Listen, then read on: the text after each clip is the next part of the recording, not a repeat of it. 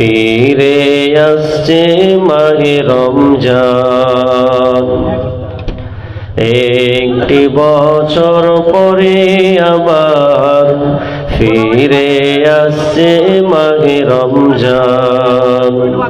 মুমিন হৃদয়ে পড়বে সারা, মুমিন হৃদয়ে পড়বে সারা, উঠল জেগে নতুন প্রাণ। একটি বছর পরে আবার ফিরে আসছে মাহে রমজান। একটি বছর পরে আবার ফিরে আসছে মাহে রমজান। আল্লাহ তাআলার তরে রোজা পালন করো হে গুনাহগার, নিজের হাতে দিবেন তিনি সিয়াম সাধনার পুরস্কার।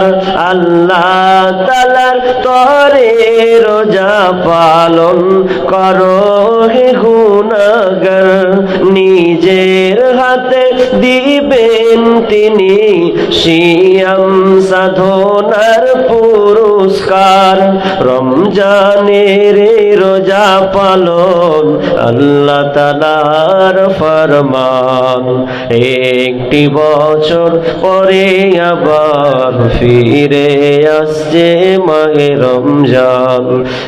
একটি বছর পরে আবার ফিরে আসছে মাহে রমজান। মুমিন হৃদয়ে পড়বে সারা, মুমিন হৃদয়ে পড়বে সারা, উঠবে জেগে নতুন প্রাণ। একটি বছর পরে আবার ফিরে আসছে মাহে রমজান। এই মাসেরই কভু সত্য পথে গর্ব জীবন, বিপদ আপদ থাকবে না যে, ঠিক মতো হয় যদি রোজা পালন। রমজানেরই মাসে প্রভু সত্য পথে গর্ব জীবন, বিপদ আপদ থাকবে না যে, ঠিক মতো হয় যদি রোজা পালন। রমজান সে তো ঢাল স্বরূপ, হৃদয়ে ভরিয়ে গাও তারি গান।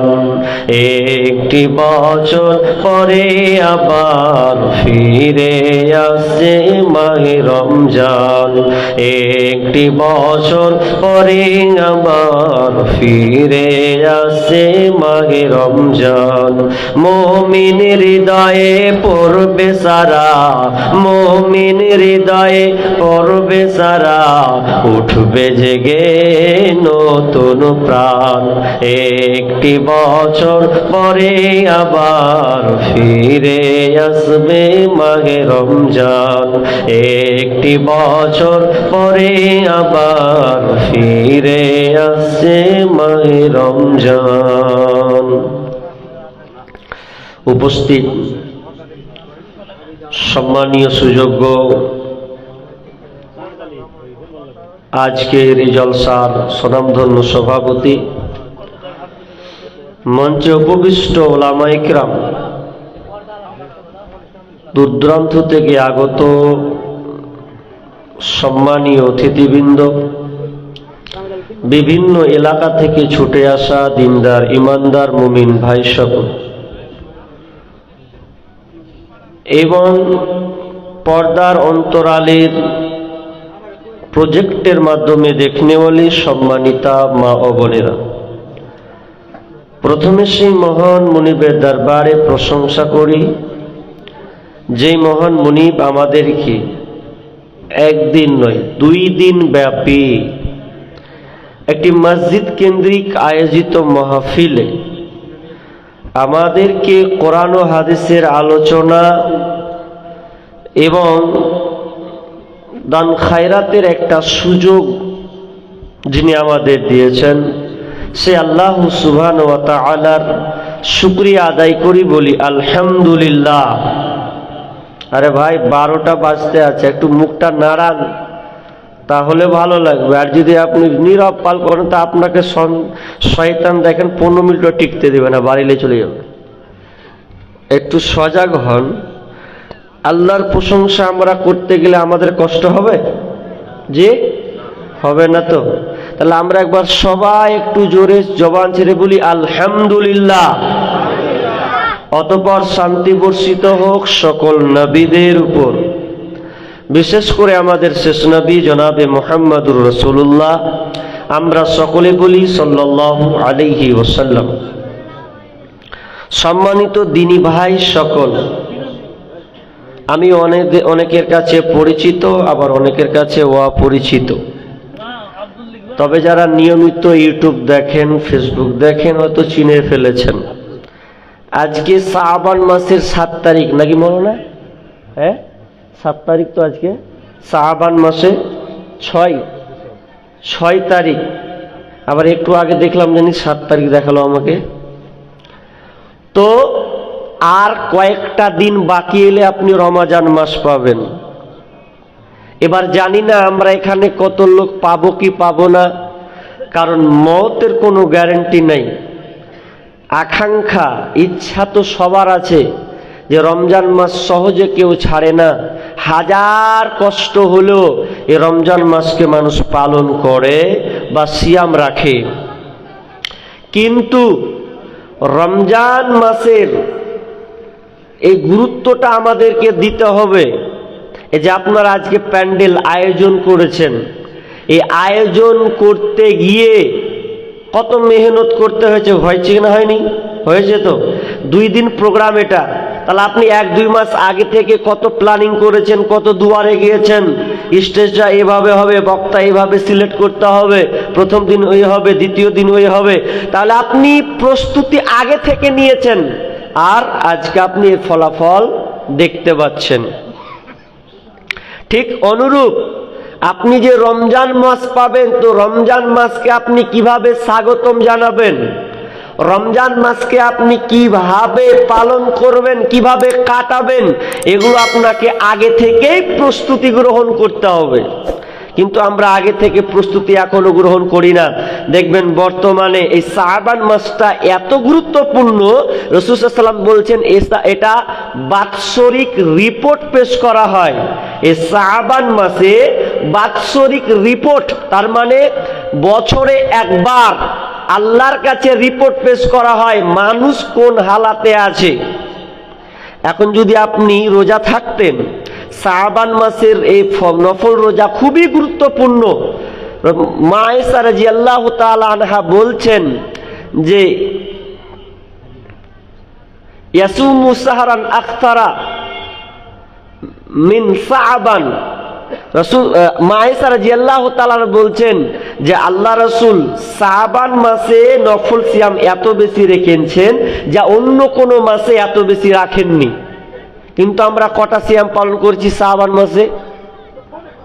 হয়তো যারা পালন করেন তারা 1-2টা রাখেন, কিন্তু শাবান মাসে খুবই গুরুত্বপূর্ণ আপনি রোজা থাকবেন।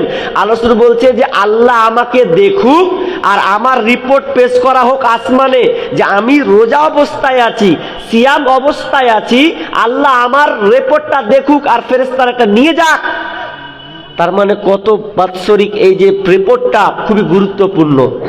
কিন্তু অথচ আমরা দেখবেন আর কিছুদিন পর রোজা আসছে, আমরা রোজা থেকে অনেক দূরে আছি, সরে আছি। না আমরা ট্রেনিং প্রাপ্ত নিয়েছি, না আর কিছু করছি না, বরং আমরা এটা করি যে রমজান মাস আসছে তো আগে দোকানদার ভাবছে এবার কি কি মাল ভরবো দোকানে, দাম তো ডবল চাপবে, দাম ডবল চাপবে। এই জন্য আগে থেকে প্রস্তুতি মালকে রেডি করছে। আপনি আগে থেকে আবার প্রস্তুতি কি নিয়েছেন যে আজকের সামনের ঈদ যখন আসবে কি পাঞ্জাবি নিব, কোন মডেলের উঠবে, এখন থেকে অনেকে আবার খোঁজ লাগাচ্ছে। বছরে 2 বার নামাজ পড়বে তো কোন পাঞ্জাবি পরবে এর জন্য খোঁজ নিচ্ছে। এটা একটা।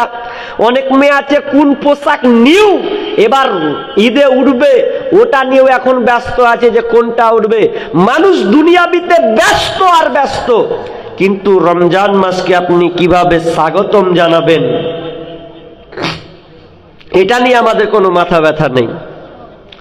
আমি আপনাদের এখানে মালতীপুরে প্রোগ্রাম করতে এসেছি, আপনি আমাকে দাওয়াত দিয়েছেন, আপনার বাড়িতে আমি গিয়েছি। এখন বাড়ি গিয়ে আপনি আমার জন্য সব কিছু রেডি রাখবেন কি রাখবেন না? রাখবেন। সব কিছু আমার জন্য আপনারা রেডি করবেন, বসার, খাওয়ার, ঘুমানোর সব কিছু আপনি আগে থেকে প্রস্তুত রাখছেন, কারণ মেহমান যেন অপমান না হয়।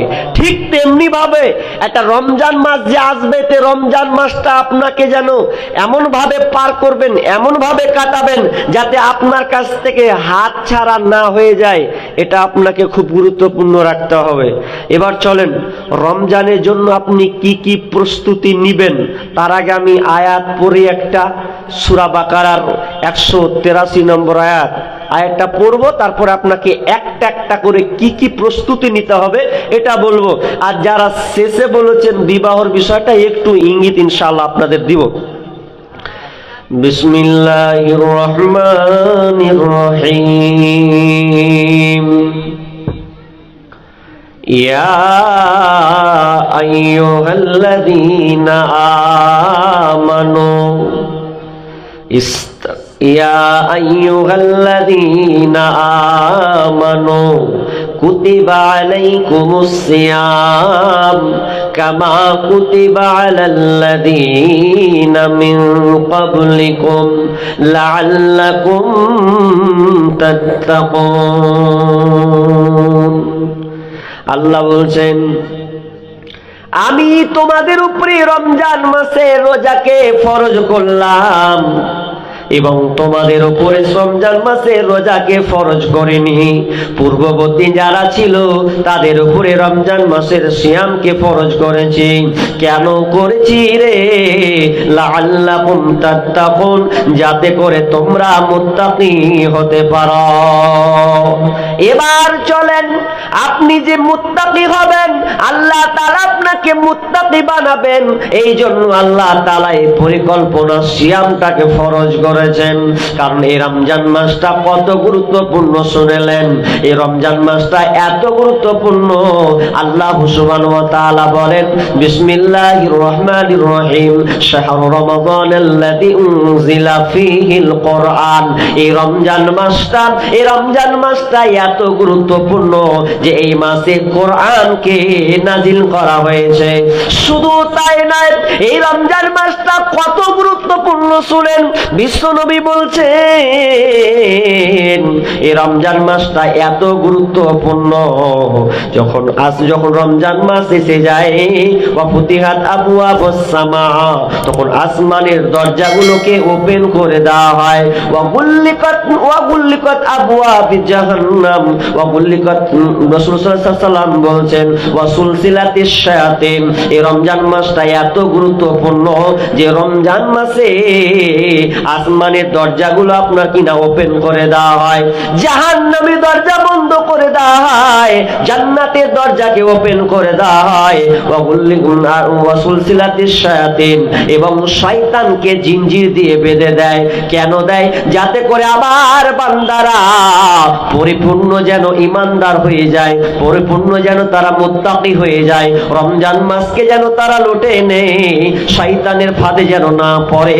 এই জন্য আল্লাহ তাআলা এই শয়তানকে জিঞ্জির দিয়ে বেঁধে দেয়। রমজান মাসটা কত গুরুত্বপূর্ণ হাজি। তাহলে রমজান মাসকে ছাড়বো কিনা? তো আগে থেকে আমাদের প্রস্তুতি নিতে হবে। কেমন প্রস্তুতি নিতে হবে, কি কি প্রস্তুতি নিতে হবে আমি চটচট করে এবার আপনাদেরকে বলছি। নাম্বার 1 গুনবেন। নাম্বার 1, 1 নাম্বার, আপনাকে ঈমান আগে ঠিক করতে হবে। ঈমান আপনাকে ঠিক করতে হবে। যদি আপনার ঈমান ঠিক না হয় তাহলে আপনার রোজা রেখে, সিয়াম রেখে কোনো ফায়দা হবে না। সিয়াম রেখে আপনি কোনো নেকি অর্জন করতে পারবেন না। 1 নাম্বার, প্রস্তুতি গ্রহণ করতে হবে।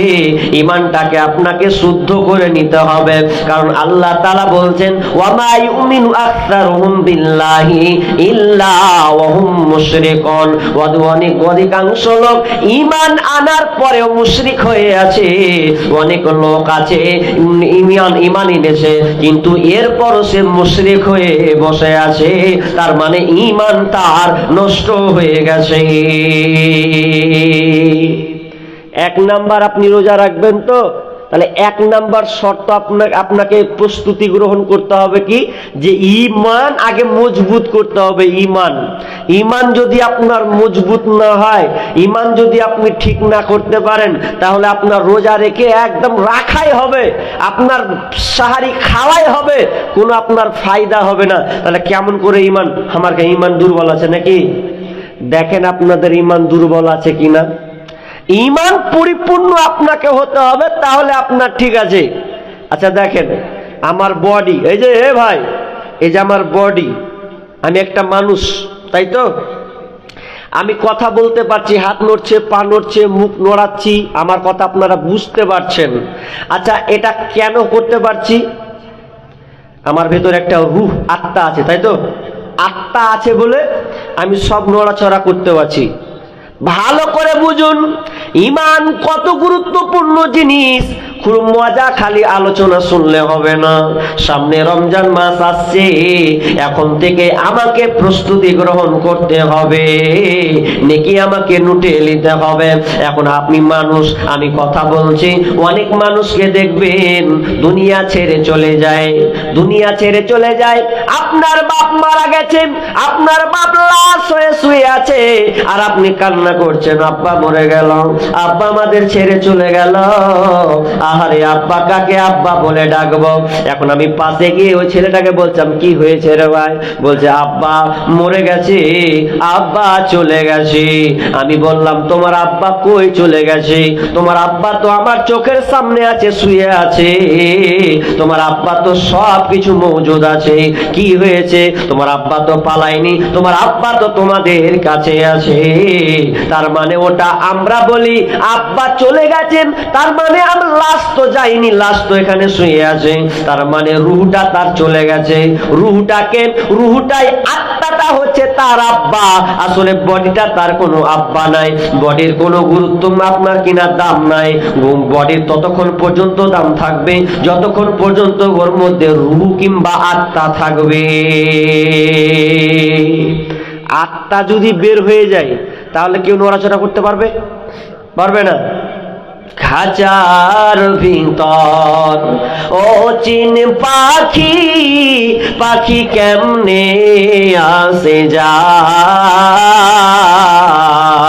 খাঁচার ভিতর ও চিন পাখি, পাখি কেমনে আসে যায়।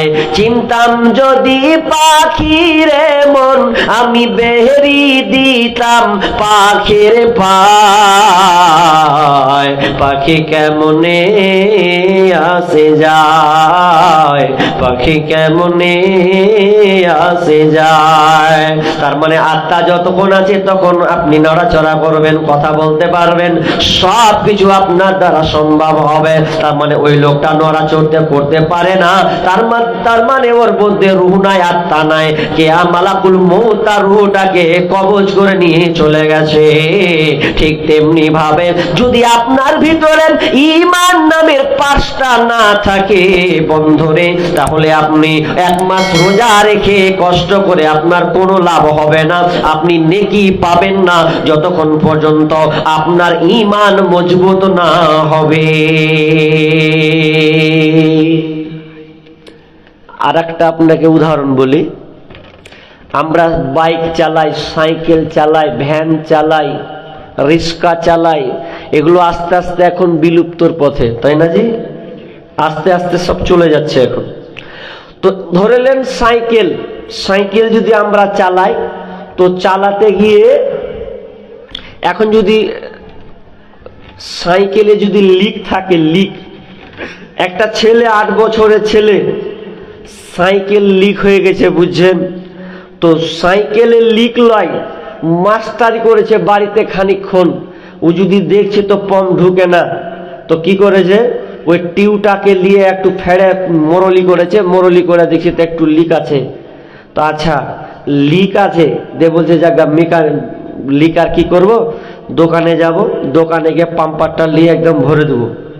আচ্ছা বলুন তো, ওই ছেলেটা যদি সাইকেলটা নিয়ে যদি পাম্প করে, যদি পাম্প করে, আচ্ছা পাম্প করলে কি লিকটা, আচ্ছা হাওয়াটা ভেতরে ঢুকবে না বের হবে?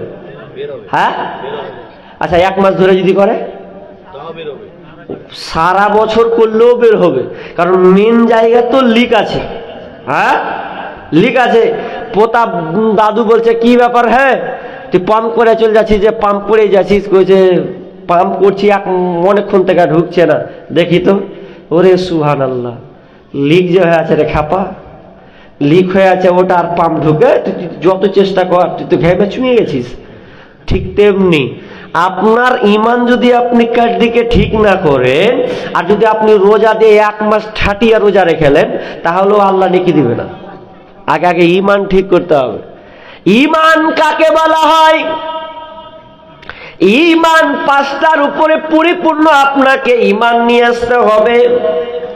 মান আমানা বিল্লাহি ওয়া বিল ইয়াউমিল আখিরি ওয়াল মালাইকাতি ওয়াল কিতাবি ওয়ান নাবিয়িন, এই 5টার উপরে আগে আপনাকে পরিপূর্ণ ঈমান নিয়ে আসতে হবে। মান আমানা বিল্লাহ, আল্লাহর উপরে পরিপূর্ণ ঈমান নিয়ে আসতে হবে।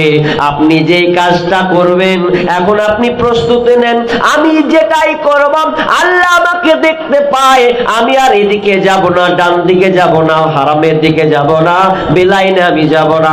আজ থেকে আমি প্রস্তুতি নিয়ে নিলাম, আমি আল্লাহর উপরে পরিপূর্ণ ঈমান নিয়ে আসলাম। ঈমান, আল্লাহর উপরে ঈমান কাকে বলা হয়? আপনার যত কিছু আবদার আছে, যত কিছু আপনার চাওয়া পাওয়া আছে, একমাত্র আপনি আল্লাহর উপরে ঈমান নিয়ে আসবেন, আল্লাহর কাছে আপনি চাইবেন, পৃথিবীর কারো আপনি দ্বারস্থ হবেন না। কিন্তু বর্তমানে দেখা যায় আপনি আল্লাহকে বিশ্বাস করেন, আল্লাহর উপরে ঈমান আনার পরেও আপনি গায়রুল্লাহর আপনি ঈমান নিয়ে আসেন, আপনি বুঝতে পারেননি আপনার ঈমানে পোকা লেগে আছে। আল্লাহ তাআলা বলছেন, ওয়া মা ইউমিনু আকতারুহুম বিল্লাহি ইল্লা ওয়া হুম মুশরিকুন। অধিকাংশ লোক, অনেক লোক আছে বলছে ঈমান এনেছি, আল্লাহ বলছে না, তুই ঈমান নিয়ে আসেনি, তুই ঈমান তোর মধ্যে নাই, তুই মুশরিক অবস্থায় এখনো রয়েছিস। এই যে কান লাগান, একটা গুরুত্বপূর্ণ একটা হাদিস আছে, ওটা বলবো। পরিপূর্ণ আল্লাহর উপরে ঈমান। আপনাদের ঈমান কেমন আছে একটু টেস্ট করব। টেস্ট কেমন টেস্ট? আচ্ছা, আপনারা যত লোক এখানে আছেন ভালো করে বুঝবেন কথাটা, কিন্তু কি যে আমরা যা কিছু অভাব হয়, অভাব হতে গিয়ে আমরা কার উপরে বিশ্বাস রাখি? আল্লাহর উপরে। তো মিথ্যা কথা বলছেন না? ভালো করে দেখেন, এবার মিথ্যা কথা বের করছি আমি। আমরা বলছি আল্লাহর উপরে পরিপূর্ণ ঈমান, কিন্তু এখানে মিথ্যা কথা আমরা লুকিয়ে নিয়ে আসছি। মুখে অনেক সময় কথা বলেন, আসলে ভুল করেই বলি কি ঠিক করে বলি আল্লাহ জানে। অনেক সময় মানুষ বলে যে গাড়িটা যদি না আসতো না তো লোকটা নাই অ্যাক্সিডেন্ট হতো জি, এরকম কথা বলেন না? বলেন না? ডাক্তার ভালো হইলে আর বেটাকে বাঁচিয়ে এলুন, এরকম কথা আছে না? নাই? আছে। মানে এই কথাগুলো শিরক। তাহলে আপনি আল্লাহর উপরে নির্ভরশীল করেননি, আপনি কার খেললেন? ডাক্তার কাছে ঠেললেন। অনেক খালা আছে এত বদমাসের বদমাস, ধুলিয়ানে গেছি হসপিটাল, তো 2 খালা বেডে বসে আছে, মানে বেড, রুগীর বেডগুলোতে বসে আছে। তাই বলছে, জানিস গে বুবু কি বলছে, এখন এই যে বর্তমান যে কবিরাজ গালা আছে, কবিরাজ গালাকেও আল্লাহ কইতে হবে। নওজুবিল্লাহ বলেন। বুঝতে পারেননি? বলছে কবিরাজ গালাকেও আল্লাহ। কেন গে? বলছে এই কবিরাজ গালাও দেখছি এখন ছেলে করে দিছে। মানে ওই যে দেখাতে যাচ্ছে ওর কোন খালা কর বহিন ওর বেটিকে, বলছে বেটা বেটি করে দিচ্ছে, ওই লেগে কবিরাজকে আল্লাহ কইতে হবে। তো কত বড় নিম হারাম, কত একদম শিরকে ভরা কথা। অথচ সন্তানের মালিক কে? আল্লাহ। সন্তানের মালিক আল্লাহ। ইয়াখলুকু মা ইয়াশাউ ইয়াহাবু লিমান ইয়াশাউ ইনাসা ওয়া ইয়াহাবু লিমান ইয়াশাউ যুকুরা আও ইউযাব্বিজুহুম যুকরানা ওয়া ইনাসা ওয়া ইয়াজআলু মান ইয়াশাউ আকিমা। তরজমা করব বন্ধুরে, কিন্তু সমাজে অনেক রকমের বিশ্বাসী মানুষ আছে, আল্লাহকে ডাকে পাশাপাশি মাজারে যায়, বাবার দরবারে যায়। অনেক মানুষ পীর পর্যন্ত, পীর পূজারি পর্যন্ত করে, মানত মানেন, সেজদা করে আসে, মাজারে গিয়ে মানুষ সেজদা দেয়। আর তারা বলে কেউ ফিরে না খালি হাতে বাবা তোমার দরবারে, কেউ ফিরে না খালি হাতে বাবা তোমার দরবারে। এমন করে স্লোগান তারা মরছে। তার মানে বাবার দরবারে গেলে কেউ খালি হাতে ফিরে না। তোমার বাবা যদি ন্যাংটা থাকে, তোমার কপালে কি যে লেখা আছে। অনেক আবার বলে ন্যাংটা বাবা, ন্যাংটা বাবার কাছে যা চাইবো তাই পাওয়া যাবে। আমি এক জায়গায় বললাম, তোমার ন্যাংটা বাবার কাছে কি চাইবো, কি গোপন মাল আছে? ওর গোপন জিনিস তো ওপেন করে রেখেছে, ওর কাছে আবার কি চাইবো? যেটা তো গোপন জিনিস ঢাকার কথা, ও তো দুনিয়ার লোককে দেখাচ্ছে। আবার ও আবার বাবা তোমাকে কি দেবে? শুধু তাই নয়, বাবারাকে মানুষ, অনেক মানুষ আছে মাজার পূজারি যেগুলো আশেপাশে আছে, দেখবেন ওরা মাজার ভক্ত, পীর পূজারি ভক্ত। আর পীর পূজারিকে তারা এমন পর্যায়ে নিয়ে চলে গেছে, ওরা বলে নামাজ রোজা পড়তে হবে না, পানির নিচে বাতি জলে ফু দিলে তা নিবে না। আরে বাবার নামে জিকির করলে নামাজ রোজা লাগে না। মেঘলা তো ওগুলো তো অনেক জায়গাতে এরকম আছে, অথচ আল্লাহকে বলে কিন্তু ওখানে আবার গায়রুল্লাহর সঙ্গে সংমিশ্রণ করে দেয়। আল্লাহর কাছেও যদি চাইতে চাই তো ওরা পীরের কাছে সেজদা দেয়, সেজদা দিয়ে ওরা মান্যত মানে। অনেক মেয়ে আছে দেখবেন হানাফিদের মধ্যে আছে যারা পূজারি, ওরা কহে যে আমার মুরগি হারিয়ে গেছে, তো বাবার নামে আজকে আমি ছাগল মানত মেনে নিলু। ওর মুরগি হারালছে ওই জন্য ও ছাগল মানছে। তাকে বলছে ভাই তোর সামান্য মুরগির দাম কত আর ছাগলের দাম কত? তোর মুরগি হারালছে, তুই ছাগলের মানত মানবি? তুই জানিস মুরগির থেকে ছাগলের দাম বেশি না মুরগির দাম বেশি? কইছে আগে মুরগিটা তো পেতে দাও, তখন পরে মানত মানবো না। হ্যাঁ, মুরগিটা আগে পেতে দাও। এই রকম আছে। অনেক মেয়ে আছে সন্তান হয় না, ওখানে চলে যাচ্ছে। এবার চলেন, আমি শিরকের আলোচনা করছি না, খালি আপনাকে বুঝাচ্ছি যে সমাজের শিরিক মানে আপনি যে ঈমান হারা হয়ে বসে আছেন, যে আপনি রোজা রাখবেন না, ঈমানকে আগে পরিপূর্ণ করুন। অনেক দেখবেন ভাইদের আপনার ছেলের গলাতে তাবিজ আছে না নাই? আছে। কোমরে তাবিজ আছে, প্রায় জায়গায় তাবিজ লিখেছেন। তাবিজকে এখন আজকে থেকে ছিঁড়তে হবে। যদি আপনি ওই তাবিজ নিয়ে আপনি সিয়াম রোজা রাখেন, তাহলে আপনি ঈমান হারা হয়ে আছেন, রোজা রেখে কোনো লাভ হবে না। যত তাবিজ আছে সবকে ছিঁড়ে ফেলতে হবে। তাবিজে কোনো উপকার নাই, কোনো উপকার নাই। এখন বলবে মৌলভী সাহেব এরা তো মৌলভীরাই ফুক মেরা মারছে। জি, প্রশ্ন আসবে কি আসবে না? আসছে তো। তো আমি বলি ভাই, মৌলভী হলে কি হবে? ধানের মধ্যে পাতান থাকে না? থাকে না? থাকে তো। ধানের মধ্যে পাতান থাকে। আচ্ছা বলেন, আপনারা যখন ধানকে বাতাসে ফ্যানে বা মারেন, তখন আপনারা দেখবেন ধান একদিকে যায়, পাতান একদিকে যায়, যায় না? আচ্ছা, পাতানটাকে বেশ গ্রহণ করেন না ধানটাকে গ্রহণ করেন? ধান। পাতানকে একদম পুড়াবেন, লাস্টে ফেলে দিবেন। তো দেখতে পাতান ধানের মতন, কিন্তু ধান লয়। আর সব মৌলবি দেখলে যে মৌলবির মতন, কিন্তু সব মৌলবি লয়, বাট পারও আছে। ভালো করে রাখবেন, বাট পারও ঢুকে আছে। তাহলে আপনি যে তাবিজ মারছে, অনেক আবার খালারা বলছে যে তাবিজ দিয়ে ফের ভালো হচ্ছে দেখছি, এরকম বলে না? হাজারো ভালো হলো আপনাকে ছাড়তে হবে। আচ্ছা বলেন তো, আপনারা বলেন শুকরের মাংস খাওয়া হালাল না হারাম? হারাম।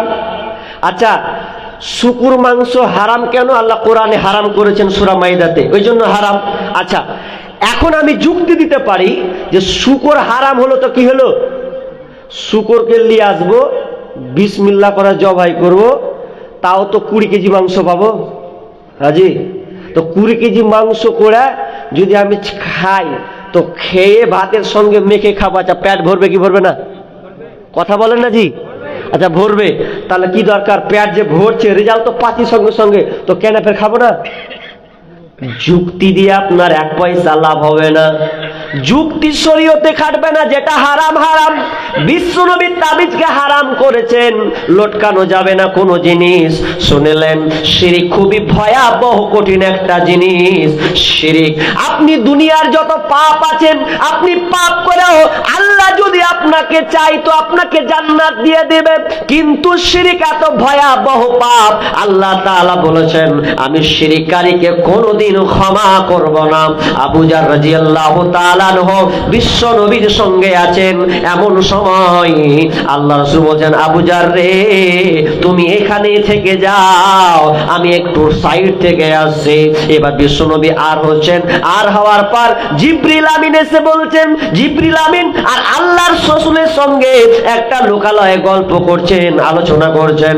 এমন সময় কথা কমপ্লিট করে আবু জার, রাসূল সাল্লাল্লাহু আলাইহি ওয়াসাল্লাম আবু জারের কাছে যাচ্ছেন, আর মুখে বলতে বলতে আসছেন, লোকটা চুরি করলেও, লোকটা জেনা করলেও, লোকটা চুরি করলেও, লোকটা জেনা করলেও। আবু জার বলছেন, ইয়া রাসূলুল্লাহ, আপনি কি বলছেন? লোকটা জেনা করলেও চুরি করলেও লোকটা জান্নাতে যাবে, জেনা করলেও জান্নাতে যাবে, চুরি করলেও লোকটা জান্নাতে যাবে। একটু খুলে বলেন, আপনি কার সঙ্গে কথা বলছিলেন আর আপনাকে উত্তর দিয়েছিল? বলছেন, আবু জার, জিবরিল আমিনের সঙ্গে আমার এখন কথা হলো, আর গোপন লোকালয়ে কথা হলো। জিবরিল আমিনকে বলছে, কোন বাংলার বান্দা যদি শিরিক না করে মারা যায়, ওয়ামান মাতা ইশরিকু বিল্লাহি শাইয়া দাখালান নার, ওয়ামান মাতা লা ইশরিকু বিল্লাহি শাইয়া দাখালাল জান্নাহ। বিশ্বনবী বলছেন, কেউ যদি বিন্দু পরিমাণ শিরিক করে, বিন্দু পরিমাণ যদি সরিষা বরাবর যদি শিরিক করে দেয়, তাহলে লোকটা জাহান্নামে যাবে। আর যদি সে শিরিক পরিমাণ, আপনার কিনা তিল পরিমাণ, সরিষা দানা পরিমাণ যদি শিরিক না করে, লোকটা জান্নাতে যাবে। এবার বিশ্বনবী আবু জারকে বলছেন, আবু জার, লোকটা যদি শিরিক না করে মারা যায়, তাহলে লোকটা জান্নাতে চলে যাবে। তখন আল্লাহ রাসূল বলছেন, আমি জিবরিলকে বললাম, জিবরিল রে, লোকটা যদি চুরি করে বেড়ায়, লোকটা যদি মদ পান করে, লোকটা যদি জিনা ব্যভিচার করে বেড়ায়, তাহলে কি লোকটা জান্নাতে যাবে? আল্লাহ রাসূল বলছেন, হ্যাঁ, লোকটা জান্নাতে যাবে। এখনো সমাপ্ত হয়নি, ভালো করে শ্রবণ করুন। তার মানে তিনি কেন বলতে চাইলেন যে চুরি করলো কি জান্নাতে যাবে? চুরি করা হচ্ছে পাপ, চুরি করা হচ্ছে পাপ, গুনার কাজ। আর আপনার জেনা করাটা হচ্ছে বড় পাপ, এটাও একটা কাবিরা গুনাহ। তো জেনা করে মানুষ, যদি জেনা করে, তাহলে বিয়ের আগে যদি কোনো ছেলে মেয়ে জেনা করেন, কোনো ছেলে মেয়ের সঙ্গে সম্পর্ক কায়েম করে, তাহলে তাকে 100 বেত্রাঘাত, 100 লাঠি তাকে মারতে হবে। আর কোনো ছেলে যদি বিয়ে করার পর কোনো মেয়ের সঙ্গে শারীরিক সম্পর্ক কায়েম করে দেয়, আর 4টা সাক্ষী প্রমাণ হয়ে যায়, তাহলে ওই মেয়েটাকে বাঁচতে দেওয়া হবে না। শরীয়ত বলছে, মেয়েটাকে কোমর পর্যন্ত গেড়ে দাও, গেড়ে দেওয়ার পরে ওকে পাথর ছুঁড়ে মারো, কারণ ওর বাঁচার কোনো পথ নাই। ওই জন্য বিষ্ণু বলছেন, বলছেন জিবরিল রে, লোকটা যদি চুরি ব্যভিচার করে, তাহলে কি জান্নাতে যাবে? আল্লাহ বলছেন, আল্লাহ যদি দয়া হয়, তাও হয়তো আল্লাহ ওকে জান্নাতে দিয়ে দেবে, কিন্তু যদি সে শিরিক করে দেয়, আল্লাহ ওকে কোনোদিন জান্নাতে দিবে না। ছোট্ট করে একটা উদাহরণ দিই আপনাকে, ভালো করে বুঝেন। এই এদিকে কান লাগান। আপনারা চাষি মানুষ না? চাষ করেন তো? মাঠ ভুঁইয়ে ঘাস হয়, ঘাস হয় না? আগাছা যখন ঘাস হয়ে যায়, চারদিকে ঘাস, তখন নিড়িয়ে কি আর পারা যায়? পারবেন না তো। তো পুরো যদি ঘাস হয়ে যায়, আর ফসল চাইতে ঘাসের পরিমাণ বেশি, তা আপনি আর নিড়াবেন না, কি করবেন? বিষ মারবেন, মারবেন না? মারবেন তো, আর পথ নেই তো। এখন আপনি বিষ মারবেন, এখন বিষ মারার জন্য আর পট্টি ব্যবহার করে, তাই তো? বা হলুদ কালারের বিষ, ঠিক বলেছি না ভুল বলেছি? ওটা ব্যবহার করবেন। বা কেউ আবার কোটা ইউজ করে, যার যেটা আছে। এবার আপনি বাড়ি থেকে বের হয়ে আপনি মার্কেটে যাচ্ছেন, দোকান যাচ্ছেন, কি নেবেন? তো বিষের বোতল নিবেন। তা আপনার বিবি বলছে, আচ্ছা শুনছো, কোনটা এসো? বলছে, বিষ আনতে যাচ্ছি রে। যে যা যাবে যাওগা, তোমার বেটা জ্বর হয়েছে যে সিরাপ বলে একটা লিবা, প্যারাসিটামল লিয়ে আনবে। ঠিক আছে, ভালো করে উদাহরণটা বুঝেন। এবার ও বাজারে গেল, বাজারে গিয়ে ফার্মেসি গিয়ে বেটার ওষুধ নিল, প্যারাসিটামল, কথা বুঝছেন তো? নিল, নেওয়ার পর এবার সারের দোকানে, বিষের দোকানে গিয়ে একটা বিষের বোতল নিল, দুইটাকে ব্যাগে ভরে নিয়ে বাড়ি হয়ে একদম দম করে চলে আসছে। তো বাড়ি যখন আসছে, তো বাড়ি আসার পর বেটা ছেলে মানুষ, তাড়াহুড়া মানুষ, মাঠের দিকে যাবে বা কোথাও যাবে, তো ওর স্ত্রীকে না ডেকে দুটা বোতল সিরাপকে এক জায়গায় রেখে দিয়েছে, আলমারিতে এক জায়গায় একসাথে রেখেছে। তো এখন কোথায় কোনটা যাচ্ছ জি? বলছে দাও লিয়েছ ওষুধ, লিয়েছি, বেশি ফাঁকা ফাঁকা করেছি না, দেখ আলমারিতে আছে, লিয়া 5 ml খাইয়ে দেগা। ই পাগলি কিছু বুঝে না, কোনটা সিরাপের ওষুধ আর কোনটা বিষের বোতল কিছু বুঝেনি। না বুঝেছে তখন কি করবে, ও মনে করেছে এটাই মনে হয় জ্বরের বোতল ওষুধ, তো প্যারাসিটামল না ধরে বিষের বোতল ধরে লিয়া ঝিপি খুলে দিয়া 5 ml বেটাকে বিসমিল্লাহ করে খেলেছে, জ্বর ভালো হবে। আচ্ছা বলেন, আপনারাই বলেন, বেটা বাঁচবে না মরবে জি? মরবে। এখন বিসমিল্লাহ করে যদি বিষের বোতল আপনার বিষ খাওয়াই তো মরবে। আচ্ছা কেন মরবে? ভুল যে করতেছে ও, এটা তো নিজে থেকে খাওয়াইনি, ওটা জ্বরের ওষুধ মনে করে খাইয়ে দিয়েছে, তো কেন মরবে? তাও মরবে, না জেনে না চেনা হলে তো কিলো। কিন্তু শুনেন ভালো করে, কান লাগান, ওই মেয়েটা ভুল করে খাইয়েছে, এটা সে বুঝতে পারেনি, এর জন্য এরপর মরবে। যদি আল্লাহ ওই বাচ্চার হায়াত রাখে তাহলে বেঁচে যেতে পারে, যদি আল্লাহ ওর হায়াত রাখে তো বেঁচে যেতে পারে। কিন্তু শুনলেন, যদি কোনো ব্যক্তি শিরিক করে মারা যায় আর তওবা যদি না করে, তওবার রাস্তা খোলা থাকার পরে তওবা করলো না, শিরিক করে সে মারা গেল, তাহলে ওই লোকটা কোনোদিন জান্নাতে যাবে না। শিরিক থেকে বাঁচার চেষ্টা করুন, আগে ঈমান মজবুত করেন। ঈমান, এই অনেক ছেলের হাতে দেখবেন আংটি আছে, নাই আংটি আছে, বিদেশে একদম লেবার খাটতে দিচ্ছে, কে কলকাতা, কে কেরালা, কে মুম্বাই, কে চেন্নাই, একদম 10-8 আবার কি বলে যে আংটি পরে আসছে। ওকে যদি বলছি যে আংটিটা কিসে, বলছে কেরামতি আংটি। যে কি আংটি, কি হবে তোর আংটিতে? বলছে এটা আংটি এত পাওয়ার, বলছে টেরাক এসে আমাকে ধাক্কা মারতে পারবে না, আংটি ওকে বাঁচাবে। ওকে এটা বুঝিয়ে দিয়েছে যে আংটি পরে নাও, তো তোমাকে যখন গাড়ি অ্যাক্সিডেন্ট করবে তো তুমি উল্টা পড়বে না, সিধা গাড়ি উল্টা পড়ে যাবে। তা এইরকম বিশ্বাস করে অনেকে আংটি ব্যবহার করে। এরকম অনেক ছেলে আছে, না আংটির আপনার কোনো কাজ করতে পারে না, আংটি আপনার কোনো উপকার করতে পারে না। হ্যাঁ, তবে যদি আপনি সৌন্দর্যের জন্য যদি আপনি ইউজ করেন তাহলে আপনি ব্যবহার করেন আংটি, কোনো অসুবিধা নাই। কিন্তু আমরা অনেক সময় বিশ্বাস করে আংটি ব্যবহার করছি, চলবে না। অনেক লোক আছে দেখবেন, দোকান যখন দোকান খুলে দিয়ে বলছে, কেউ যদি প্রথমে বলে যে ভাই আমাকে 20 টাকা এটা দাও, তো টাকা নেই, পরে ধরে এখনি তোকে ধার দিয়ে দেবো, প্রথমে যদি ধার দিয়ে দেবো তো বাকি আমার 6 ঘন্টা খালি ধারে চলবে, লাভ হবে না। তো এই যে বিশ্বাসটুকু নিয়ে আসবে, এটাই শিরক হয়ে যাবে, এটাই শিরকের পর্যায়ে পড়ে যাবে। অনেক দেখবেন মুসলমানেরা আবার এটা শুরু করেছে ইদানিং, হিন্দুদের দেখা দেখি, ওরা ওদের ধর্ম ওরা পালন করুক, আমাদের আপত্তি নাই, আপনি কেন পালন করবেন? তো বলছে সন্ধ্যা যখন হচ্ছে তো ওরাও ধূপকাঠি ধরাচ্ছে,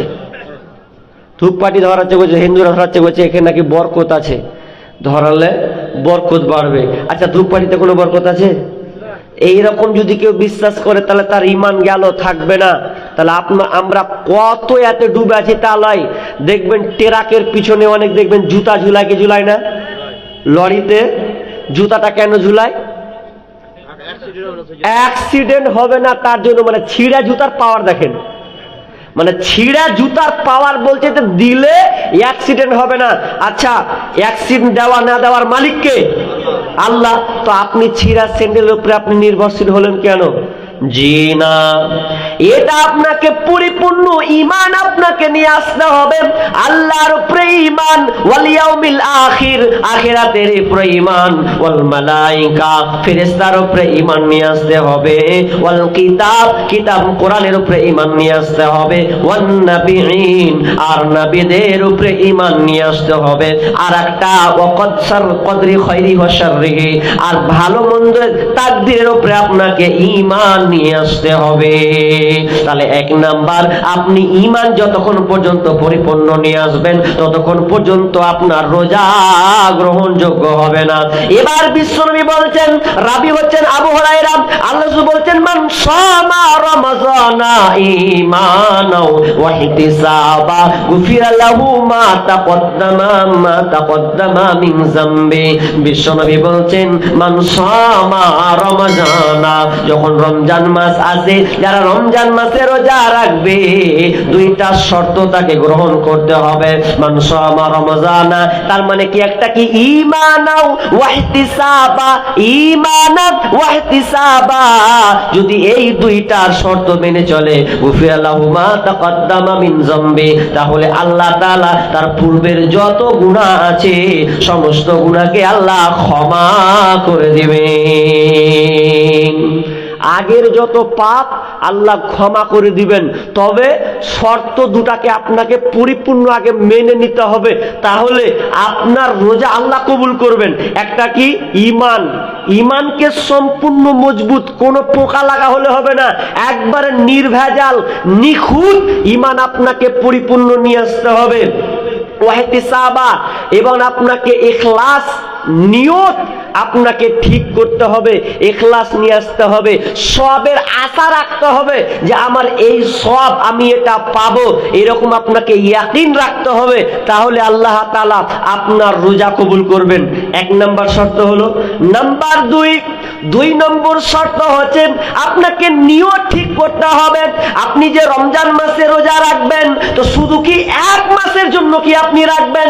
যদি আপনি এরকম আপনার বিশ্বাস হয় যে রমজান মাস আসলো আর এক মাস রেখে দিলাম, দেখানি আপনার 30টা রেখে দিলাম, জোহর গেলাম আসর গেলাম না, 15 দিন তারাবি পড়লাম আর ইশার নামাজ পড়লাম না, তার মানে আপনি 5 ওয়াক্ত নামাজ পড়লেন না, দেখানি যদি আপনি ইবাদত করেন, তো আল্লাহ তাআলা আপনার নিয়তে তো গালাত হয়ে আছে, তাহলে নিয়ত যদি আপনার ভুল হয়, তাহলে আল্লাহ তাআলা আপনার রোজাকে কবুল করবেন না। নাম্বার 2, নিয়ত ঠিক করতে হবে। নিয়ত কেমন? নিয়ত মসজিদে ঢুকে গেলে নাকি যে আল্লাহ 30টা রোজা রাখবো, ফের রোজ যখন একদম ঈদের নামাজ আসবে আর ফের পরের বছর দেখা যাবে জি, এরকম যদি করেন তাহলে আপনার 30 দিন রোজা রাখাই হলো, কোনো কাজে আসবে না।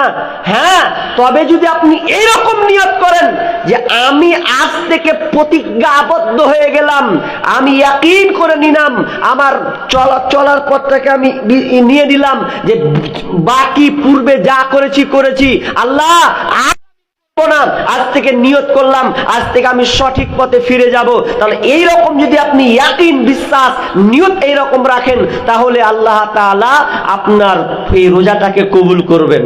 আমি তাড়াতাড়ি শর্ট করে যাচ্ছি। 2 নম্বর কি বললাম? নিয়ত আপনার ঠিক থাকতে হবে। নিয়ত খালি 1 মাস রাখবো, লোক দেখানো রাখবো, তাহলে কিন্তু হবে না। নিয়ত হলো 2টা হলো। নাম্বার 3, বিশ্বনন্তার নাম্বার 3 নাম্বার প্রস্তুতি গ্রহণ করতে হবে। আপনাকে ঘর রেডি করতে হবে। কেমন ঘর? ঘরটা কেমন হবে? আপনি কোন ঘরটাতে কেমন করে ইবাদত করবেন?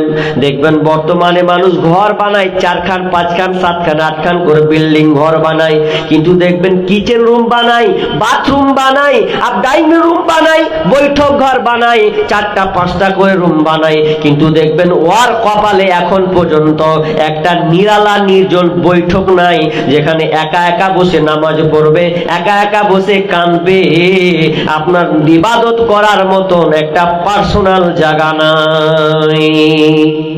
পার্সোনাল জায়গা ঠিক করবেন। এই শর্ত, আমার প্রস্তুতি গেলা বুঝতে পারছেন? 3 নাম্বার প্রস্তুতি কি? যে একটা ইবাদত করার জন্য রমজান মাস যে আসবে, তো বসে বসে আমি তাসবিহ তাহলিল করব, তো তাসবিহ তাহলিল করতে গিয়ে আমি কেমন করে আল্লাহকে ডাকবো? তো এই জন্য একটা জায়গা, নিরিবিলি এমন একটা জায়গা করবেন যে জায়গায় বসে আপনি নামাজ পড়বেন, চোখ দিয়ে 2 ফোঁটা পানি ফেলবেন, এই রকম। তো আপনি সবই ব্যবস্থা করেছেন, কিন্তু আপনি আল্লাহকে ডাকার মতন, ইবাদত করার মতন একটা পার্সোনাল ঘর নাই। আগে দাদি নানিরা একটা উঁচু করে একটা জায়গা করতো সাইডে, যে ওখানে বসে বসে আল্লাহ তাসবিহ তাহলিল ইবাদত গুজারে থাকতো। কিন্তু এখন মানুষ কোটি কোটি টাকা দিয়ে বিল্ডিং করে, বাড়ি করে, লাখ টাকা খরচ করে, দেখবেন ওর কিচেন রুম আছে বা বাথরুম আছে, আপনার কিনা বৈঠক ঘর আছে, সবই আছে, কিন্তু পার্সোনাল কোনো ইবাদত ঘর নেই। হিন্দুদেরকে দেখবেন, হিন্দুদের একটা পার্সোনাল একটা পূজা করার জন্য একটা ঘর থাকে, থাকে না? আপনি ওর যত প্রিয় বন্ধু হন, আপনাকে ওই ঘরে ঢুকতে দিবে না, ওই ঘরটাতে ঢুকতে দিবে না। ওই ঘরটা ওর জন্য আলাদা, ইবাদত করার জন্য আলাদাভাবে রেখেছে। কিন্তু আমাদের আছে? নাই। পার্সোনাল একটা ঘর রাখবেন, যে ঘরটাতে আপনি বসে বসে সময়টা পার করবেন, তাসবিহ তাহলিল করবেন। কিন্তু আমরা এই ঘরটা এখন পর্যন্ত আমরা ঠিক করতে পারিনি। তাহলে 3 নম্বর, আপনাকে জায়গা ঠিক করতে হবে, যে জায়গাটা থাকলে, বসলে আমি আল্লাহর হস্তে, আল্লাহর জিকির আজকার করে আমি সময়টা পার করে দেব। 3 নম্বর, সরস্বতী বলছি। নাম্বার 4 নম্বর কি কাজ করতে হবে? 4 নম্বর প্রস্তুতি আপনাকে গ্রহণ করতে হবে। 4 নম্বর, আপনাকে ঘরটাকে পাপ মুক্ত ঘর বানাতে হবে। ঘরটাকে আপনাকে পাপ মুক্ত ঘর বানাতে হবে। অনেক বাড়িতে দেখবেন পাপ মুক্ত আমরা ঘর এখনো করি নাই। পাপ মুক্ত ঘর কাকে বলা হয়? পাপ মুক্ত ঘর ওকে বলা হয়, আপনার ঘরে টিভিটা আছে, ওই টিভিটাকে আর রাখবেন না। টিভিটা, কারণ আপনার কিনা ভালোর চাইতে খারাপটা আপনার নজরে বেশি যাবে, এই জন্য টিভিটাকে আপনি রাখবেন না, বাদ দিয়ে দেন। তার মানে ঘরটা পাপ মুক্ত করে দিতে হবে। কোনো বিগানা মেয়ে যেন আপনার বাড়িতে এসে না উঠে যায়, ওর কথা যেন আপনাকে এসে কানে না লাগায়। কিন্তু আমরা এমন হয়ে গেছি, না না না বন্ধুরে, আপনাকে ঘরটাকে পাপ মুক্ত ঘর বানাতে হবে। মিডিলে একটা কথা বলি, হাদিসটা মনে পড়লো। কি কথা? অনেক মানুষ দেখবেন রোজা রাখে, তো আমি আগে বলেছি যে ইবাদত ঘর একটা রাখেন, নাহলে মসজিদ চান। তো অনেক মানুষ দেখবেন রোজা রেখে রাস্তা রাস্তা আড্ডা মেরে বেড়ায়, মারে না? রাস্তার ধারে বসে মোবাইল খেচার খেচার খেচার করে টিপাটিপি করে, করে না? করে। তো ও তো এটা রাস্তার হক নষ্ট করে দিল। অথচ রাসূলুল্লাহ সাল্লাল্লাহু আলাইহি ওয়াসাল্লাম বলছেন যে তোমরা রাস্তাতে যদি কোনো জিনিস পাও, ফাদনাহা ওয়াদনাহা ইমাতাতুল আদা আনিত তরিক ওয়াল হায়াউ শুবাতুম মিনাল ঈমান। সবচাইতে নিম্ন ঈমানের যে শাখা আছে সেটা হচ্ছে কষ্টদায়ক বস্তু। রাস্তাতে যদি কোনো কষ্টদায়ক কোনো জিনিস থাকে তোকে হটিয়ে ফেলো। কিন্তু এটা কেন তাগিদ করছেন? এখানে খুব গুরুত্বপূর্ণ কথা আছে। আর আবু সাঈদ খুদরী রাদিয়াল্লাহু তাআলা বলছেন, বুখারী এবং মুসলিমের হাদিস, তিনি কি বলছেন? আল্লাহ বলছেন, হে সাহাবীরা, তোমরা রাস্তার ধারে বসবে না, তোমরা রাস্তার ধারে বসবে না, রাস্তা থেকে তোমরা দূরে থাকো। সাহাবীরা বললেন, ইয়া রাসূলুল্লাহ, প্রয়োজন কারণে যদি আমরা বসি, দরকার আছে সাইডে বসি। তখন রাসূল সাল্লাল্লাহু আলাইহি ওয়াসাল্লাম বলছেন, তাহলে তোমাদের রাস্তার হক আদায় করে দিতে হবে। রাস্তার হক আদায় করতে হবে। রাস্তার হক আদায় কয়টা? 5টা। এই গুনেন, 5টা হচ্ছে হক আদায়। নাম্বার 1, আপনি যদি রাস্তায় একটু আপনি একটু রোদের কিরণ আপনি খাবেন, দরকার আছে, বা কারোর জন্য আপনি অপেক্ষা করছেন, দাঁড়িয়ে থাকবো, দরকার আছে, তাহলে 1 নাম্বার কাজ বিষ্ণু বললেন, তোমার চক্ষুকে তুমি নিম্নগামী করবে। রাস্তার ধারে বসলে চক্ষুকে নিম্নগামী করে নাও। কিন্তু আমরা ফ্যাল ফ্যাল করে কে গেল আর কে এলো ফ্যাল ফ্যাল করে তাকিয়ে থাকি। মেয়েরা সবচাইতে পারদর্শী একদিক দিয়ে। আপনাদের এদিককার মেয়েরা কেমন? আমাদের ওই দিককার এলাকার মেয়েরা রাস্তার ধারে বসে বসে বিড়ি বাঁধে, বসে বসে বিড়ি বাঁধে, আর খোঁজ লাই যে কয়টা ছেলে গেল আর কয়টা ছেলে এলো, খোঁজ লাই। রাস্তার ধারে বসে, রাস্তার হক এখন পর্যন্ত বুঝেনি, রাস্তার ধারে বসে বিড়ি বাঁধছে। অনেকে দেখবেন এমন বদমাশ, রাস্তাতে অনেক মানুষ দেখবেন সবকিছু মেলে না? আরে মেলে তো, দিয়ে রাস্তার 12টা বাজিয়ে দেয়। মোটর সাইকেল চালাতে অসুবিধা, কে বলেছে তোমাকে? আপনি জায়গা পাওনি, তুমি জায়গা ঢুঁড়ে বের করো, রাস্তাই নয়। অনেক লোক দেখবেন পাথর পর্যন্ত দেয়, পাথর পর্যন্ত জায়গা দেয়। কেন দিবেন আপনি? আপনার জায়গায় যেটুকু সেটুকু করেন। পাথর দিয়ে দিয়ে অনেক সময় ধাক্কা পর্যন্ত লাগে, অ্যাক্সিডেন্ট পর্যন্ত হয়ে যায়। এই জন্য কে দায়ী থাকবে? যেখানে সামান্য কাঁটা জিনিস যুক্ত সরাতে বলছে, আপনি রাস্তার ধারে পাথর চাচ্ছেন, অনেকে আবার একটু পাচ্ছে তো ওখানে আবার গাছ লাগিয়ে বসে থাকছে। কিসের গাছ লাগাবেন আপনি? আপনার জায়গা নেই, আপনি রাস্তার ধারে এসে গাছ লাগাচ্ছেন মানে? না, ওগুলো আপনাকে বন্ধ করতে হবে। চক্ষুটাকে নিম্নগামী করেন। আর কি বললেন? যদি তোমাদেরকে কেউ সালাম দেয়, তাহলে সালাম দিলে তুমি সালামের জবাব দিবে, সালামের জবাব দিবে। আর যখন কেউ তোমার সামনে কোনো জিনিস চাইবে, আদেশ করবে, খারাপ ভালো জিনিস দেখলে যদি দেখতে পাও যেটা আদেশ করার প্রয়োজন আছে, আদেশ করবে। আর 5 নম্বরে বলা হলো যে তুমি বন্ধ কাজের নিষেধ করবে। তার মানে আদেশ করা, নিষেধ করা, এখানের মধ্যে মিশ্রিত হচ্ছে এই, কেউ যদি আপনাকে বলে যে ভাই এই রাস্তাটা কোন দিকে, তাহলে আপনি সত্য কথাই বলবেন যে রাস্তাটা এই দিকে আছে, জীবনে মিথ্যা কথা বলবেন না। এখানে রাস্তার হক আপনাকে পালন করতে হবে। কিন্তু আমরা এগুলোকে সবাই এড়িয়ে চলেছি। না, এগুলো থেকে আপনাকে বাঁচতে হবে। এই জন্য বললাম 3 নম্বর কাজ, এক নাম্বার ঈমান মজবুত করতে হবে, 2 নিয়ত ঠিক করতে হবে, নাম্বার 3 বাড়ি, আপনি একটা বৈঠক ঘর, পার্সোনাল ঘর তৈরি করবেন, ওখানে আপনি সময়টা পার করবেন। নাম্বার 4 নম্বর হচ্ছে আপনি ঘর করবেন। কিন্তু আমরা পাপ মুক্ত ঘর করেছি এখন পর্যন্ত? রোজাও আছি, ঘরে টিভিও চলছে, 5 রকম কাহানি চলছে, অমুকের বেটি এসে অমুকের বেটির গল্প আপনাকে জড়িয়ে দিয়েছে, ঘরটা তো এখন পর্যন্ত পাপ মুক্ত হয়নি। তাহলে আপনাকে পাপ মুক্ত একটা ঘর বানাতে হবে, যাতে করে আপনার দ্বারা কোনো মতে পাপ না হয়। এই জন্য আপনাকে সব সময় প্রস্তুতি নিতে হবে। নাম্বার 5, পাপ মুক্ত ঘর করতে হবে এবং নিজেকে পাপ মুক্ত হতে হবে।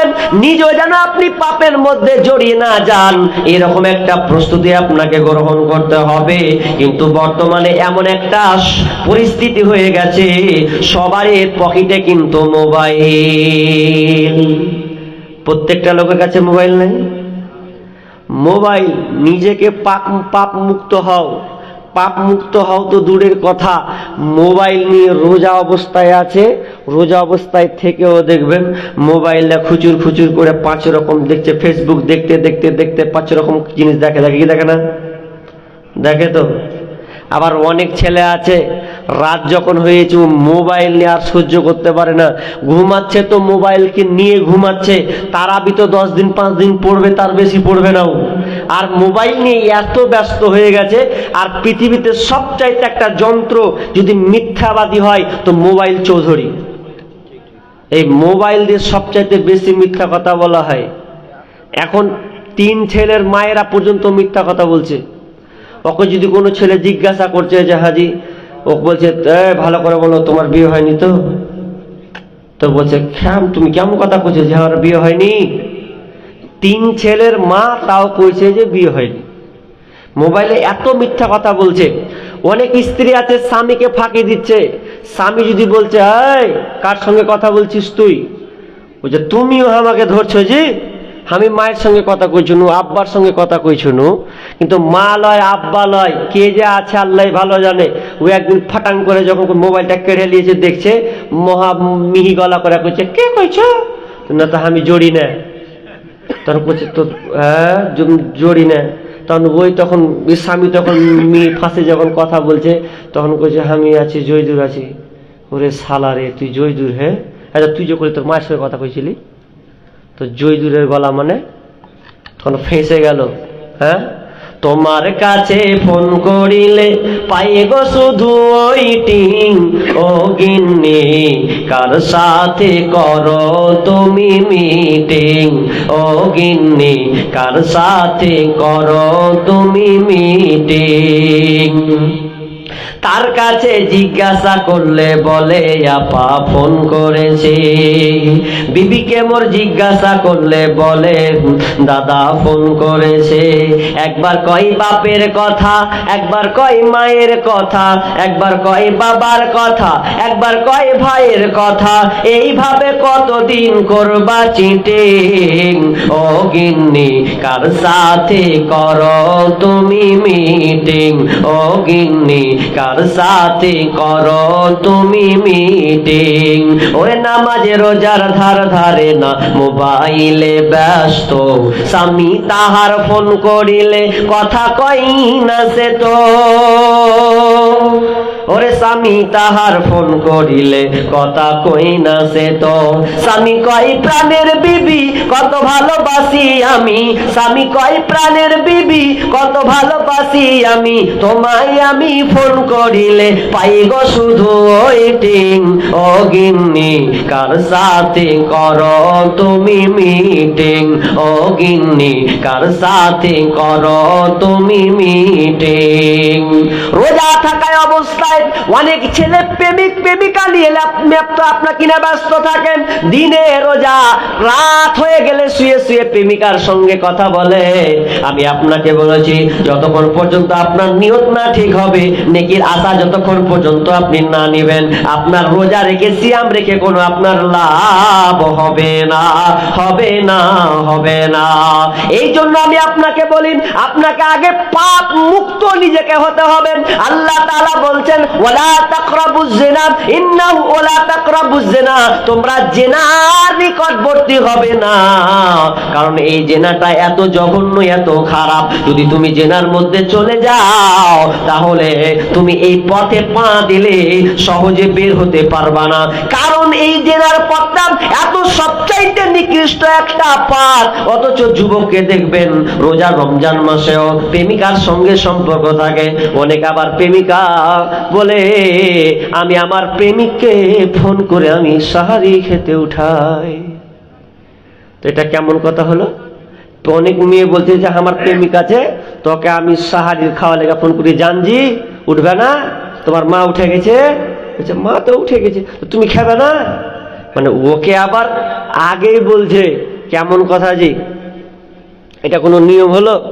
তা আপনি অনেক যুবক ছেলে আছে যে আপনার ছেলে মেয়ে আছে, প্রেমিক প্রেমিকার সঙ্গে আসক্ত হয়ে আছে, আর ও রোজাও করছে, তাহলে ওই রোজা রেখে আপনার ফায়দা কি? অনেক আছেন বাপজি আছে, রোজা মুখে রোজা অবস্থায় না খেয়ে কষ্ট করে এত মেহনত করে, তবুও দেখবেন ব্যবসা করতে গিয়ে মিথ্যা কথা বলে না, বলে না? বলে মিথ্যা কথা বলে, মোবাইলে মিথ্যা কথা, ব্যবসা করতে গিয়ে মিথ্যা কথা, কথায় কথায় মিথ্যা কথা, এত মিথ্যা কথা বলে। আচ্ছা বলেন ওর রোজা রেখে কোনো লাভ আছে? কোনো এক পয়সা কোনো লাভ হবে না। তার মানে আপনাকে পরিপূর্ণ পাপ মুক্ত নিজেকে হয়ে যেতে হবে, যাতে করে আমাকে পাপ যেন আমাকে ঠেকাতে না পায়, যেন আমার রোজাটা যেন বরবাদ না হয়ে যায়। এই জন্য আপনাকে পরিপূর্ণ ঈমান নিয়ে আসতে হবে। আর এখন বর্তমানে শুনলেন বন্ধুরে আমার, আপনাদেরকে বলি আসলে পরিপূর্ণ আল্লাহর উপরে আমাদের ভয় নাই। যদি আমাদের পরিপূর্ণ আল্লাহর উপরে ভয় থাকতো তাহলে হয়তো আমরা কোনোদিন এই পাপের মধ্যে ডুবে থাকতাম না।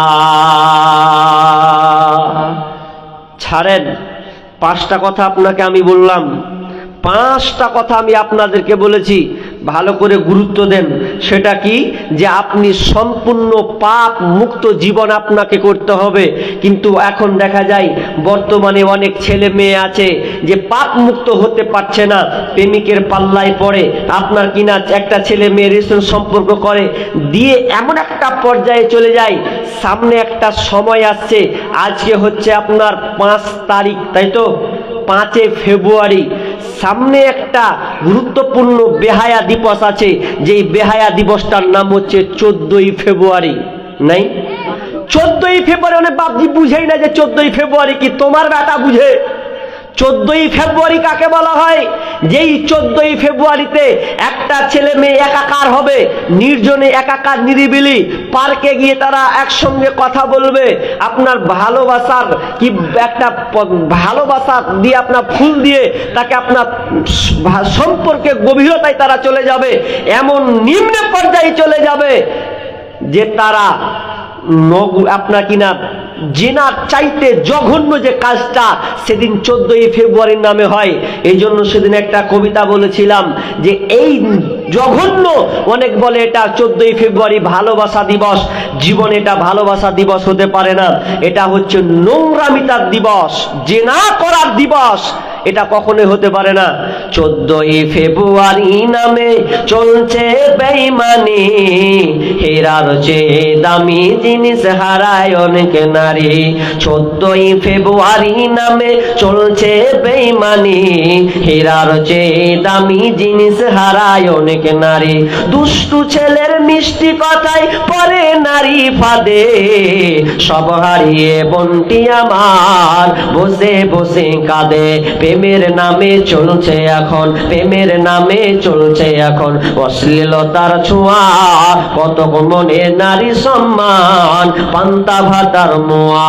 নারী তুমি সম্মানিতা, নারী তুমি সম্মানিতা, সব ঘরেরই আলো, লাগলে ছোঁয়া পঙ্কিলতার জীবন হবে কালো। আজকে ছেলে মেয়েরা এমন জেনার মধ্যে ঢুকে গেছে, খবরদার না না, এগুলোর মধ্যে আপনারা জীবনে পড়বেন না। আপনাদের একটা হাদিস বলি, একজন মেয়ে, একজন ভাই একজন মেয়েকে এত ভালোবাসে, বুখারীর হাদিস, মুসলিম শরীফের হাদিস, মেয়েটাকে এত পছন্দ করেন, ওই ভাই চাই আমি ওই মেয়েটাকে একা নির্জনে পেলে হয়তো আমার মনের তামান্না মিটবে, মনের স্বাদটা আমার মিটে যাবে। এই জন্য তিনি বোনকে ফাঁক পেলে, সুযোগ পেলে হয়তো বলবে। একদিন বোন এসে ভাইকে বলছেন, ভাই রে এই দুর্ভিক্ষের সময় আমার কাছে কোনো খাবার নাই, আমার কাছে কোনো খাবার নাই, তুই কি আমাকে কিছু খাবার দিয়ে আমাকে সাহায্য করবি কিনা? তখন ভাই বলছে, বোন রে আমি তোকে আমার এইটা টাকা দিয়ে, আমার খাদ্য দিয়ে আমি তোকে সাহায্য করতে পারি, কিন্তু আমার একটা শর্ত তোকে পূর্ণ করতে হবে। আমার অনেক দিনের সাথ, আমি তোকে অনেক ভালোবাসি, দিল থেকে আমার ভালোবাসাটা এতটা ভালোবাসি, আমার একটা চাঁদ, তুই যদি আমার সঙ্গে নির্জনে এসে যাস, মিলনে চলে আসিস, আমার দেহটা আমাকে দিস, তাহলে আমি আমার শ্রম থেকে, আমি আমার টাকা থেকে আমি তোকে কিছু টাকা, কিছু তোকে খাবার আমি দেব। বোন বলছে, না না ভাই আমি এটা মানতে পারবো না। বোন তখন ভাইয়ের কাছ থেকে দূরে চলে গেল। যাওয়ার পর এবার বোন কোনো পথ না পেন আবার ওই ভাইয়ের কাছে, খালাতো ভাইয়ের কাছে বলছে, ভাই ভাই রে আমার কাছে আর কোনো বিকল্প নাই, আমাকে একটু খাবার দে।